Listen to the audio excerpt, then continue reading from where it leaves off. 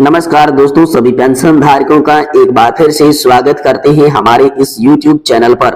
दोस्तों, पेंशन धारकों की पेंशन बढ़ोतरी को लेकर, महंगाई भत्ते को लेकर, डीए एरियर को लेकर, फिक्स मेडिकल अलाउंस को लेकर हाल फिलहाल में बड़ी खबर आ रही है।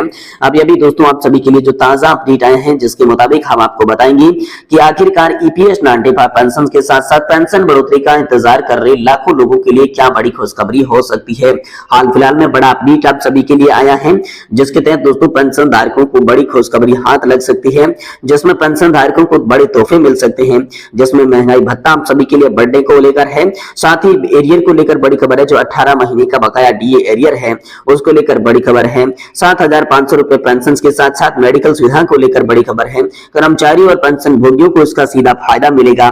और साथ ही दोस्तों एनपीएस और ओपीएस के साथ ईपीएस पेंशन बढ़ोतरी पर आप सभी के लिए हाल फिलहाल में बड़ी खबर आई है, जिसमें सरकारी कर्मचारियों की बल्ले बल्ले बताई जा रही है। महंगाई भत्ता बढ़ोतरी का ऐलान सरकार के द्वारा जारी कर दिया जा चुका है। कर्मचारियों और पेंशनर्स को गिफ्ट मिलेगा। डीए में 4% की वृद्धि होगी। एरियर का भुगतान आप सभी को 3 किस्तों के अंदर दिया जाएगा। इसके बारे में संपूर्ण जानकारी आप सभी को देंगे कि आखिरकार पेंशन धारकों के लिए क्या क्या बड़ी अपडेट, क्या क्या महत्वपूर्ण और इंपोर्टेंट अपडेट निकल कर सामने आ रही है, इसके बारे में विस्तार से बात करेंगे। इसलिए आपसे निवेदन करते हैं कि दोस्तों वीडियो को आप लास्ट तक देखें। साथ ही हमारे चैनल पर पहली बार विजिट कर रहे हैं तो दोस्तों हमारे चैनल को आप सब्सक्राइब जरूर कर लें, ताकि आने वाले समय में भी पेंशन से जुड़ी हर बड़ी खबर आप सभी को सही सटीक और तथ्यों के माध्यम से देखने को मिल सके। तो चलिए दोस्तों, बिना किसी देरी के आप सभी के लिए ईपीएस पेंशन धारकों के लिए आई आज की बड़ी खबरों को फटाफट जान लेते हैं और आप सभी को जो भी बड़ी खुशखबरी है वो बता देते हैं। देखिए, सबसे पहले दोस्तों हम बात करते हैं EPS 95 पेंशन को लेकर। तो दोस्तों आप सभी लोग जानते होंगे कि लगातार 7 से 8 सालों से EPS 95 पेंशन बढ़ोतरी को लेकर लगातार नेशनल एजुकेशन कमेटी जो है वो यहाँ पर संघर्ष कर रही है। इसी बीच दोस्तों पेंशन पर झुकने लगी है मोदी सरकार और चुनाव का चमत्कार दोस्तों आप सभी के लिए सामने आ चुका है, क्योंकि नजदीकी चुनाव को देखकर पेंशन पर मोदी सरकार का जो रवैया है वो बदलने लग गया है। जो मोदी सरकार पहले ओपीएस को बिल्कुल ही नकार रही थी, अब मोदी सरकार की नुमाइंदे ही कह रही है कि आप सभी को ओपीएस की तरह ही लाभ देने के लिए तैयार है। इसे देखते हुए लग रहा है दोस्तों 2024 के लोकसभा चुनाव से पहले आप सभी EPS 95 पेंशन धारकों की पेंशन की जो मांगे हैं उसमें कुछ बड़ा फेरबदल हो सकता है। और साथ ही जो EPS 95 पेंशन धारकों की राष्ट्रीय संघर्ष समिति है, जिनके की मुख्य कमांडर अशोक रावत का बड़ा ऐलान हाल फिलहाल में सामने आया है। उन्होंने बताया है कि हाल फिलहाल में हमें कई ऐसे पूर्व सांसदों और नए सांसदों का यहाँ पर जो है साथ मिला है, जिसके तहत EPS 95 पेंशन बढ़ोतरी की उन्होंने सपोर्ट किया है। तो जिसे देखते हुए 2024 का लोकसभा चुनाव की आचार संहिता लगने से पहले EPS 95 पेंशन धारकों की मांगे मंजूर हो सकती है। तो उनकी मांगों में मुख्य मांगों की बात करें तो दोस्तों 4 सूत्रीय मांगे बताई जा रही है, जिसमें 7,500 प्लस डीए की जो EPS 95 पेंशन धारक है न्यूनतम पेंशन है उन सभी को मिले। इसको लेकर साथ ही साथ मेडिकल सुविधा को लेकर बड़ा अपडेट आया है, क्योंकि हाल ही में वित्त मंत्रालय को मेडिकल सुविधा और पेंशन बढ़ोतरी को लेकर श्रम मंत्रालय की ओर से बड़ा यहाँ पर जो है प्रस्ताव भेजा गया था। प्रस्ताव हाल फिलहाल में विचाराधीन है, लेकिन इसी बीच एक बड़ी बैठक में आप सभी के लिए चर्चा हुई कि EPS पेंशन के किस किस मुद्दे को ध्यान में रखना चाहिए, कौन कौन से मुद्दे सॉल्व होने चाहिए। इसको लेकर हाल फिलहाल में आप सभी के लिए बड़ी बैठक हुई थी। इस बैठक में लंबी चर्चा के बाद आप सभी के लिए जो नया प्रस्ताव भेजा गया था 7,500 प्लस डीए का, उस प्रस्ताव पर विचार किया गया और उस प्रस्ताव को मंजूरी देने पर दोस्तों आप सभी के लिए सहमति जल्द ही बन सकती है। ऐसी दोस्तों बड़ी अपडेट हाल फिलहाल में आप सभी के लिए निकल कर सामने आ चुकी है। वही दोस्तों सरकारी कर्मचारियों की बल्ले बल्ले महंगाई भत्ता बढ़ाने को लेकर सरकारी आदेश जारी हो चुका है। पेंशनर्स और कर्मचारियों को गिफ्ट मिलेगा। डीए में बढ़ोतरी के साथ साथ एरियर का भी भुगतान किया जाएगा और 3 किस्तों के अंदर आपके खाते में राशि आएगी। तो कैसे राशि आएगी चलिए आपको बताते हैं। देखिए दोस्तों, आप सभी पेंशन धारकों को लगातार डीए बढ़ोतरी का इंतजार था। पेंशन धारक हो गए चाहे कर्मचारी हो गए, डीए और डीआर बढ़ोतरी का इंतजार था, क्योंकि सरकार साल में 2 बार डीए और डीआर को बढ़ाती है। इसी को लेकर हाल फिलहाल में बड़ा अपडेट आया है, जिसमें AICPI इंडेक्स आंकड़ों के मुताबिक आप सभी के यहाँ पर डीए में 4% की बढ़ोतरी फिक्स हो गई है। यानी केंद्र सरकार के द्वारा जब भी डीए का ऐलान किया जाएगा तो आप सभी को 50% डीए, यानी कि जितनी आपको हाल फिलहाल में पेंशन और यहाँ पर जो है सैलरी मिल रही है उसका आधा डीए और डीआर के रूप में मिलेगा। यानी मान लीजिए भी किसी भी कर्मचारी की यहाँ पर पेंशन या फिर सैलरी माने तो 10,000 रुपए है, तो उन्हें 5,000 रुपए का डीए और डीआर के रूप में मिलेगा। लेकिन यहाँ पर जो है 7वें वेतन आयोग के अनुसार जैसा कि ऐलान किया गया है कि जैसे ही आप सभी के लिए 50% डीए हो जाएगा तो आप सभी का डीए जो सैलरी और पेंशन है उसके अंदर मर्ज करके फिर से शून्य से शुरू किया जाएगा। तो जल्दी आप सभी को सैलरी और पेंशन का आधा डीए मिलने लगेगा, क्योंकि 4% डीए बढ़ोतरी को लेकर मंजूरी मिल चुकी है। एआईसीपीआई इंडेक्स आंकड़ों के मुताबिक 4% बढ़ोतरी होना तय मानी जा रही है। वहीं दोस्तों एरियर को लेकर बड़ी खबर है।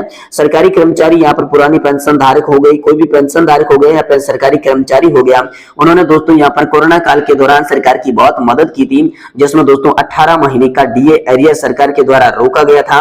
उस डीए एरियर की मांग लगातार पिछले 2 से 3 सालों से अब शुरू कर दी जा चुकी थी, क्योंकि अब सरकार इस स्थिति से उबर चुकी है और उसके पास फंड भी काफी है, इसलिए लगातार यहाँ पर मांग कर रही थी। और इसी मांग को लेकर आप सभी के लिए बड़ा अपडेट आया है, बड़ी सहमति आप सभी के लिए बन चुकी है।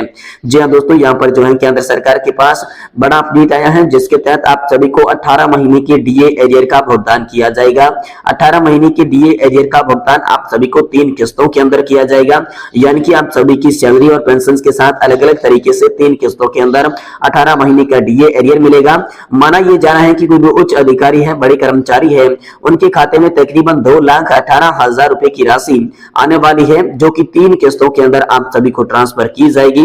इसको लेकर हाल फिलहाल में आप सभी के लिए बड़ी खबर आई है।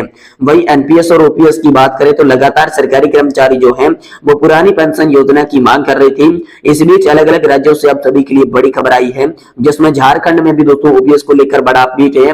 हाल फिलहाल में कर्नाटक की सिद्धारमैया सरकार ने भी ओपीएस को लेकर बड़ा अपडेट दिया और 13,000 कर्मचारियों को पुरानी पेंशन योजना का फायदा दिया जाएगा। इसको लेकर भी बड़ा अपडेट आया है। साथ ही जो राजस्थान की नई सरकार बनी थी दोस्तों, उसने पुरानी पेंशन योजना का जिक्र नहीं किया था, तो एक बार फिर से आप सभी के लिए बड़ा अपडेट आया है कि अब से राजस्थान वालों को भी पुरानी पेंशन योजना का लाभ ही मिलेगा, क्योंकि जैसा कि यहाँ पर गहलोत सरकार की योजनाएं थी उसे यहाँ पर सुचारू रूप से लागू करने का ऐलान भजन लाल सरकार ने कर दिया है, तो वह भी आपको मिलता रहेगा। साथ ही दोस्तों आप सभी की बात करें तो दोस्तों न्यू पेंशन सिस्टम और ओल्ड पेंशन सिस्टम के बीच जो लड़ाई चल रही थी, इसमें दोस्तों हाल फिलहाल में सरकार ने संशोधन पर जोर दिया है। पुरानी पेंशन योजना के जो लाभ हैं वो दोस्तों आप सभी को एनपीएस के अंदर मिलेंगे। इसको लेकर सरकार ने जो कमेटी बनाई थी उसकी रिपोर्ट लगभग तैयार और सामने आ चुकी है, जिसमें बताया यह जा रहा है कि आप सभी की गारंटीड पेंशन आप सभी को दी जाएगी और 40 से 50% पेंशन आप सभी को गारंटी रूप में दी जाएगी। लेकिन ये सुविधा फिर से मार्केट से जुड़ी रहेगी।